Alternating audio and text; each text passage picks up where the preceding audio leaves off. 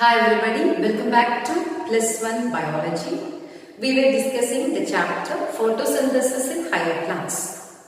We had a discussion on various scientists' contribution, the history of photosynthesis in the last class. Okay, and you also know where this photosynthesis takes place in plants. Okay, the site of photosynthesis is chloroplast, you know that. And you have studied the structure of chloroplast. And you know chloroplast is with stroma and grana, and grana or the thylakoids consist of chlorophyll pigments. Okay, so the light reaction of photosynthesis takes place in the grana and the dark reaction of photosynthesis takes place in the stroma. You have learned already. So I think you remember the structure of chloroplast, the double membranous structure with the thylakoids with individual granum connecting fret membrane, and stroma, the fluid matrix. The stroma consists of all the enzymes required for the dark reaction, whereas the grana have enzymes and chlorophyll pigments necessary for light reaction. So the light reaction takes place in the grana, the dark reaction takes place in the stroma of chloroplast.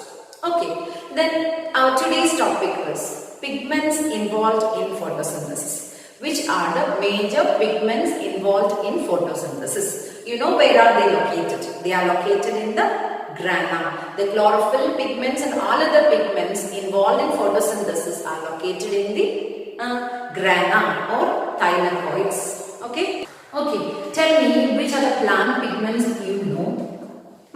Which are the plant pigments you know? Okay, now itself I have mentioned chlorophyll pigments. Okay, chlorophyll pigments give green color to various plant parts, you know. Okay, especially the leaves. Anyway, the major pigments in plants which are involved in photosynthesis are chlorophyll, xanthophyll and carotenoids.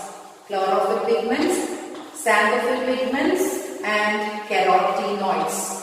Okay, so study now the major pigments involved in photosynthesis in plants are chlorophyll, xanthophyll and carotenoids. Okay, and there are different types of chlorophyll pigments, different types of xanthophyll pigments and carotenoids. Okay, anyway, let us discuss what is the role of these pigments in photosynthesis. Which one is the major molecule? Which are the assisting molecules? Okay, anyway, understand chlorophyll A is the main pigment involved in photosynthesis, which act as a reaction center. So understand, chlorophyll A is the chief pigment involved in photosynthesis. Then what is the duty of other chlorophyll molecule? Chlorophyll B is there, E is there, F is there. Okay, so see, chlorophyll A is the chief molecule which is acting as reaction center in what? In photosynthesis. Then what is the duty of the other chlorophyll molecules? Then carotenoids and xanthophyls. These pigments function as accessory pigments. Okay, so understand the chief pigment involved in photosynthesis is what? Chlorophyll A molecule. And the other pigments are acting as accessory pigments. Then understand that chlorophyll A molecule is a molecule which absorb light energy and emit electrons, which is getting excited and it emits electrons. Okay, this is actually absorbing light energy of different wavelength. Chlorophyll A molecule itself is having different types based on which wavelength of light it can absorb maximum. Okay, we will discuss it. Anyway, chlorophyll A molecule absorb light and emit electrons. Okay, it gets what? Oxidized. Anyway, here chlorophyll A molecule is the main molecule. Then what is the duty of the other molecule? These all molecules absorb light energy of different wavelength and give this to chlorophyll A. Pass this energy to chlorophyll A. And the chlorophyll A is the main molecule which is taking part in the electron transport system. Okay, this unit or this organization is called light harvesting complexes. The unit of of the pigments, the organization of the pigments in plant is called light harvesting complexes. These various light harvesting complexes are seen as photosystems. They function as photosystem. So there are mainly two photosystems in plants, photosystem 1 and photosystem 2. Okay, so what the photosystem consists of? The photosystem consists of light harvesting complexes. Then what are light harvesting complexes? Light harvesting complexes are the organized pigments. Okay, so once again, the plant parts, especially the green parts of the plants, consist of various pigments, and all these pigments help in photosynthesis. They function as units called light harvesting complexes. Okay, and these light harvesting complexes are organized to two photosystems, photosystem 1 and photosystem 2.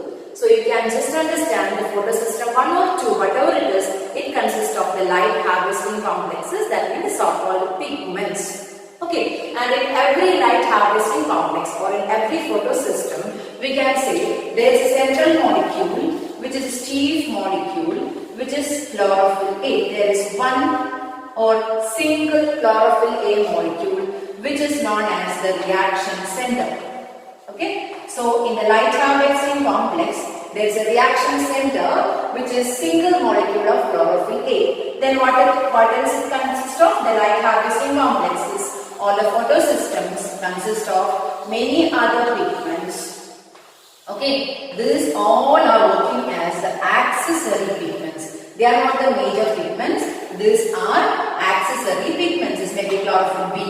Okay, chlorophyll B can be there. Xanthophylls can be there. Okay, carotenes will be there. So understand, all other pigments act as what? Accessory pigments. These accessory pigments absorb light energy, okay, and they transfer this energy to chlorophyll A. So the chlorophyll A is the reaction center. So understand, all these accessory pigments absorb light energy of different wavelength and transfer this energy to what? The chlorophyll A molecule. And the chlorophyll A molecule is the reaction center which gets excited to emit electrons. Okay, this can emit electrons when the chlorophyll A molecule gets excited. So anyway, understand, the light harvesting complexes or the pigments in the plant parts are organized to two photosystems, photosystem 1 and photosystem 2. These are named based on the discovery. The first discovered one is photosystem 1, then the next discovered one is photosystem 2. Okay, then very important thing, when we compare these two photosystems, why there are two different types like that? When we compare this, photosystem 1 has a reaction center, a chlorophyll A molecule, which can absorb a maximum of 700 nanometer light. Okay, so the reaction center of photosystem 1, that means the chlorophyll A of photosystem 1 is showing highest absorption, peak absorption at 700 nanometer. Okay, so the reaction center of photosystem 1, this chlorophyll A molecule of photosystem 1 can absorb maximum at 700 nanometer of light. So it is called, its reaction center is called P700. So what do you mean by P700? Okay, the reaction center of PS1. Why is named P700? Because its chlorophyll A shows peak absorption at 700 nanometer. You got it? Okay. Then what is about PS2? In PS2, the chlorophyll A molecule is showing maximum absorption at 680 nanometer. So its chlorophyll A is known as P680. Okay, P680. So once again, let me just repeat. PS1 and PS2 when we compare. PS1 is the first discovered one, that's why it is named as 1, and PS2 is the later discovered one. Anyway, when we compare, what's the main difference? The chlorophyll A of these two photosystems are different. Its reaction centers are different based on the absorption of what? Light. PS1 has a chlorophyll A molecule which can absorb maximum at 700 nanometer. So it's known as P700. What is P700? Chlorophyll A of PS1. Okay, whereas chlorophyll A of PS2 shows maximum absorption at 680 nanometer. So it is called P680. Okay, shall we proceed to the light reaction, the mechanism of photosynthesis? Okay, come back to the mechanism of photosynthesis. So the mechanism of photosynthesis means what happens during photosynthesis. You know, it's a synthesis process. There is some building up process taking place, and you know carbohydrates built. Okay, and oxygen is released, you know, during photosynthesis oxygen is released, and also you know what during photosynthesis there is splitting of water and carbon dioxide is used. Okay, these all things, basic concepts you have. Anyway, the mechanism of photosynthesis we can just divide it into two sections, the light reaction and the dark reaction. The light reaction, of course, as the name suggests, it requires light. Okay, light energy is converted to chemical energy during light reaction. So what happens during light reaction? The light energy is converted to chemical energy. Chemical energy in the form of ATP and NADPH. So what happens during light reaction? During light reaction, light energy is converted to chemical energy. Okay, that's what is happening during light reaction. And another important event, so we can say during light reaction, mainly light energy is converted to chemical energy. The production of ATP and NADPH occurs, energy production occurs, and also associated with the light reaction, there is what? Photolysis of water. That means splitting of water takes place. In turn, it releases oxygen. So these all events are associated with what? Light reaction. So during light reaction, the assimilatory power, the power for the dark reaction, for the carbon dioxide assimilation. To be clear, ATP and NADPH is produced. Okay, and there is the release of oxygen by photolysis of water. Then keep in mind through which process the ATP and NADPH are released. These molecules are released or produced by a process called electron transport or photophosphorylation. We can say the ATP and NADPH molecules are produced during electron transport, also called photophosphorylation. Okay, so we can say the major event in photophosphorylation. So we can say the major event in light reaction is photophosphorylation or the electron transport. This is what we are discussing next, the two types of electron transport. So once again, the light reaction of photosynthesis, there are so many events taking place, and ultimately it gains or it releases ATP and NADPH2 and oxygen. It releases the products of light reaction are oxygen and ATP and NADPH, and this is the power for the next cycle, dark reaction. Anyway, the oxygen is produced, oxygen is released by photolysis of water, splitting of water. Okay, then how is this produced? ATP and NADPH2 are produced by the next process, the main process, photophosphorylation or electron transport. Let us discuss this first. Okay, so what is photophosphorylation or electron transport? There are mainly two types of electron transport or photophosphorylation associated with light reaction. The one is non-cyclic electron transport or non-cyclic photophosphorylation. The other one is cyclic photophosphorylation. So there are two types of photophosphorylation, non-cyclic and cyclic photophosphorylation. Okay. In non-cyclic electron transport or photophosphorylation, the P680 means what? Chlorophyll A molecule of PS2. Okay, PS2 absorb light energy.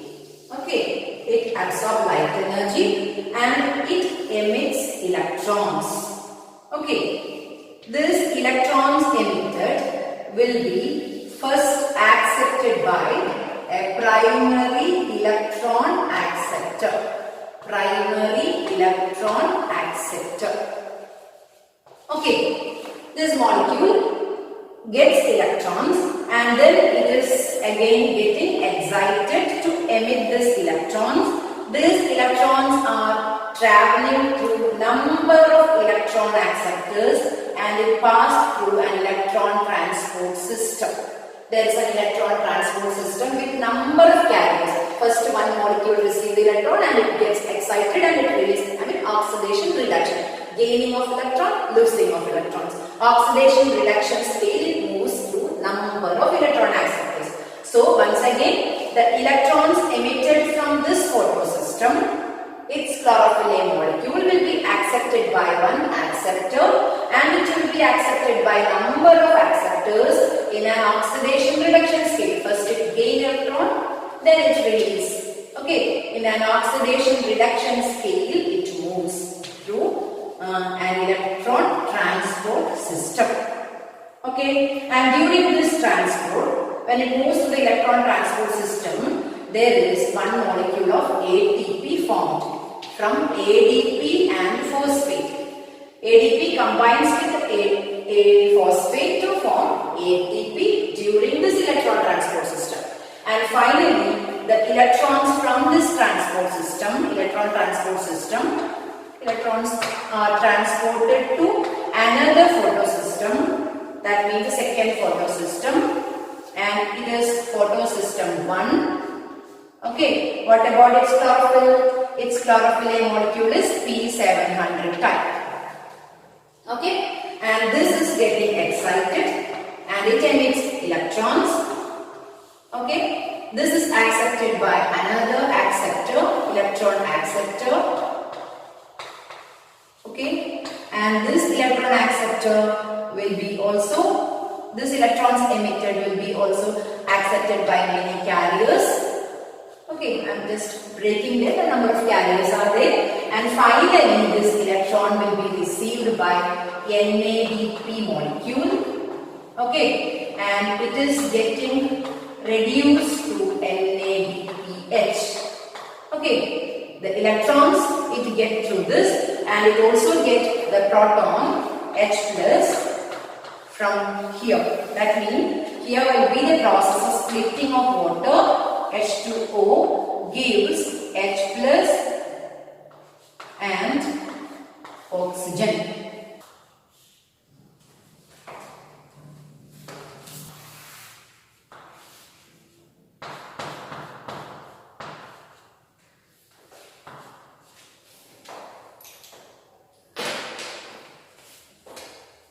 So you can just understand the electrons emitted from the P700 will be accepted by an electron acceptor and this will be releasing the electrons and will be received by number of acceptors, and final acceptor of the electron is NADP, and this NADP is reduced to NADPH, the next power. This is the one energy molecule, this is the second energy molecule, and it is formed by using hydrogen and electrons through this chain and the protons get by splitting of water. Splitting of water we have already discussed, photolysis of water its name is. In presence of light associated with PS2, water splits to form proton, oxygen. This oxygen will be released to atmosphere and electrons, and this electrons will be taken to this, okay, for the transport, whereas this proton will be accepted by NADP for its reduction. Okay, once again, the non-cyclic electron transport as a part of what? Light reaction. In light reaction, there occurs electron transport, photolysis of water, release of oxygen, production of ATP and NADPH, like we have just summarized. And the major event in light reaction we can call as electron transport or photophosphorylation. The first type of electron transport, non-cyclic electron transport. In a non-cyclic electron transport, why the name is? Because it is non-cyclic. The electrons emitted from one photosystem never returns back to it. Okay, so in non-cyclic electron transport, the electrons emitted from the photosystem never returns back to it. Is it okay? Then here, in non-cyclic electron transport system, both the photosystems are involved. PS2 and PS1 are involved. And there is an associated splitting of water along with PS2. PS2 also shows splitting of water to form proton, electron and oxygen. Oxygen is released to atmosphere. The electron is used for the electron transport system. At first, the PS2, its chlorophyll molecule P680 absorbs solar energy and gets excited to emit electrons. These electrons are accepted by what? A primary electron acceptor. Then it is traveling through a number of electron acceptors through oxidation reduction processes. First is getting oxidized, then reduced, gaining of electron, losing of electrons.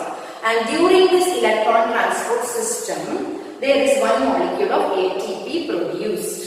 This is a power molecule. Okay? And after this, from this electron transport system, the electrons are finally moving to the next photosystem, PS1.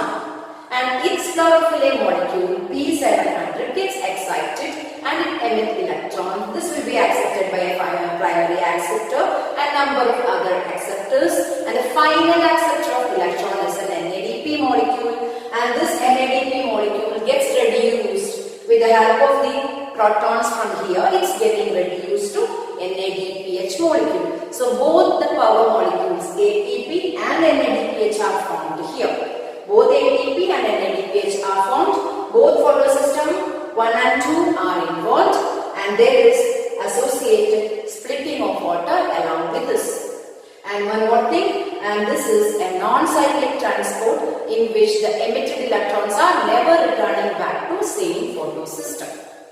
Okay, that's about the non-cyclic electron transport system. Then we will discuss the cyclic electron transport and we will do a comparison in the next class. Okay, thank you.